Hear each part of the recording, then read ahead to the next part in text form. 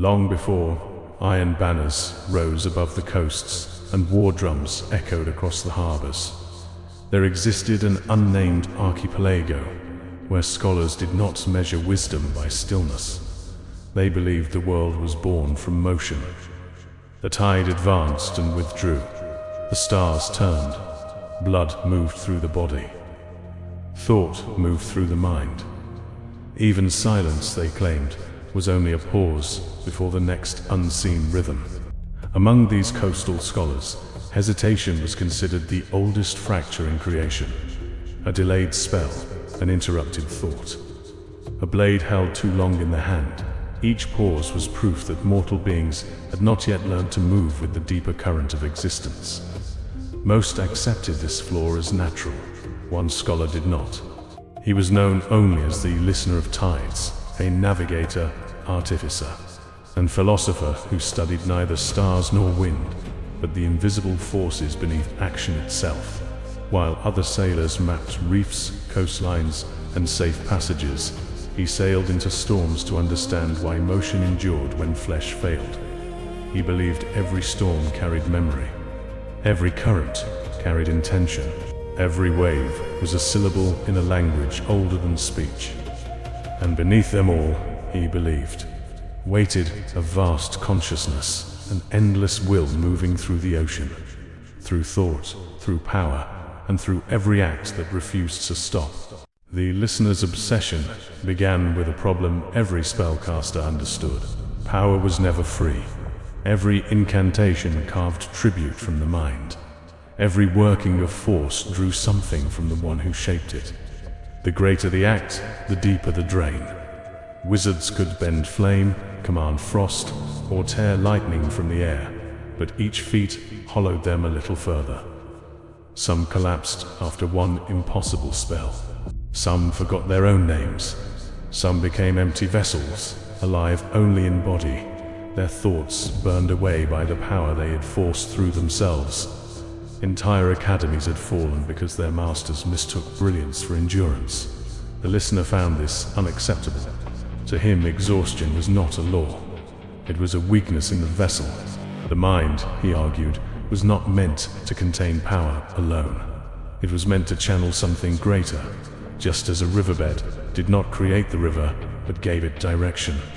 So he began searching for a force that could move through the mind without consuming it. Not strength, not mana, not will. Continuity, a current that did not end. For years the listener sailed alone. He avoided merchant routes, war fleets, and royal harbors. He chased regions where compasses trembled and the sea glowed faintly beneath moonless skies. He entered storms that made no sound. He crossed waters where the waves rose against the wind. On his final recorded voyage, he reached a stretch of ocean that no map named. At dusk, the sea turned deep blue, then silver, then a luminous shade between light and memory.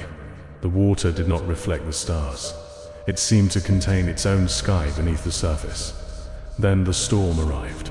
No thunder broke above him. No rain struck the deck. Yet the ocean rose around his ship like walls of living glass. The sails hung still, while the vessel climbed waves that should have shattered it. All sound vanished except one, a chorus below the waterline. Thousands of voices spoke through the tide. They did not speak in words at first, but in pressure, rhythm, and memory. The listener felt their meaning pass through him like cold light. Endure. Continue. Move without surrender. Let the current carry what the body cannot. When the tide finally fell, the ship remained intact. The stars returned. The wind resumed. And on the deck, where no wave should have reached, lay a strange fragment of living crystal, pulsing like a second heartbeat. The crystal was unlike anything the listener had seen. It was neither stone nor shell, neither coral nor glass. Its surface shifted with faint blue currents, and when held near water it stirred as though hearing a distant call. It did not radiate heat. It did not hum with ordinary magic. Instead, it created the sensation of unfinished motion. The listener could not look at it without feeling that some action had already begun, and merely awaited completion. He took it below deck and sealed himself away for weeks. There, beneath lantern light and the groan of ocean wood, he studied the fragments. He discovered that it did not feed power into the mind. It did something far stranger. It removed the need to measure cost. When placed near a working spell, the crystal did not strengthen the spell. It made the act of casting feel effortless, as though the mind had become a channel connected to a vast external current. Thought flowed without friction. Intention moved without strain. The listener understood then that the crystal was not a source. It was an opening, a wound in the boundary between mortal limitation and the endless rhythm beneath the sea. To use it safely, he would need a vessel strong enough to contain motion itself. The first vessels failed. Glass cracked before the liquid touched it. Brass warped into spirals. Silver filigree melted into shapes resembling foam. One container simply forgot its own form and collapsed into shining dust. The listener recorded each failure carefully. He learned that the crystal rejected stillness. Anything designed merely to hold it would break. The vessel could not imprison the current. It had to guide it. So he forged a reliquary from ocean glass and tide-etched metal. Its frame resembled drifting coral bound in carved brass. Its chamber was made from deep cobalt glass, dark as midnight water, and around it he shaped silver conduits like curling waves. Inside he placed the living crystal. Then he distilled liquid from the luminous tide of the silent sea and poured it into the chamber. At once the blue current began to move. Not violently, not chaotically, endlessly. The liquid circled through the vessel in silent loops, passing through the crystal, returning through the conduits, folding back into itself like a whirlpool that could never collapse. The Tidebound Reliquary had awakened. The listener waited 3 days before drinking from it. When he finally opened the reliquary, the liquid surged upward without spilling, as though eager to meet the air. The scent of salt, rain, and distant thunder filled the chamber. He drank. The effect was immediate. Exhaustion vanished from him as if the ocean had lifted it away. His mind cleared with terrible brightness. Every thought moved freely into the next. Every motion answered itself. Every spell he shaped flowed without resistance. He lit lanterns without speaking. He sealed cracks in the hull with gestures. He drew wind into dead sails. He wrote 7 pages of theory without pausing, each line sharper than the last. For a brief window of time, the limits of his mortal body seemed irrelevant. He became a storm without fatigue, a will without interruption, an action without cost. But when the reliquary's influence faded, he fell to his knees. The exhaustion had not vanished. It had waited. His body trembled under the weight of effort he had refused to feel. His mind ached, as though every delayed cost had returned at once, demanding recognition. Only then did the listener understand the relic's first truth. The Tidebound Reliquary did not grant energy. It removed restraint. The listener continued his experiments, but his notes grew darker. He wrote that the reliquary was not evil. It did not deceive. It offered exactly what it promised: uninterrupted motion, thought without drag, power without immediate drain. The danger was not in the vessel. The danger was in the user. Those who drank from it felt the beauty of action freed from consequence. Spellcasters chained incantations beyond their normal limits. Warriors moved with relentless precision. Scholars entered states of perfect concentration, writing, solving, and weaving thought into thought until hours vanished. But the tide always withdrew. And when it did, every ignored boundary returned. Some collapsed where they stood. Some forgot how to rest. Some became addicted to the rhythm, seeking the reliquary not for survival, but for the intoxicating certainty of never slowing down.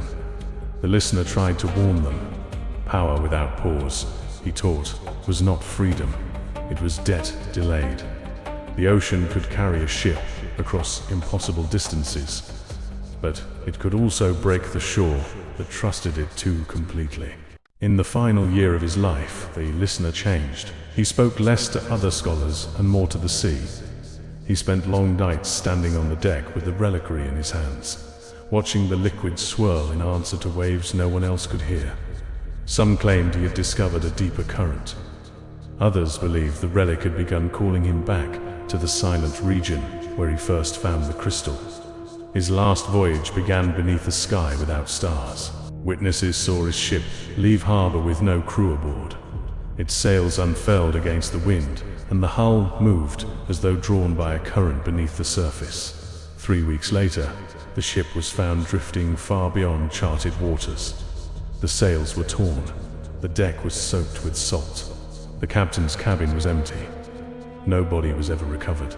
Only the Tidebound Reliquary remained, resting upright on the navigation table.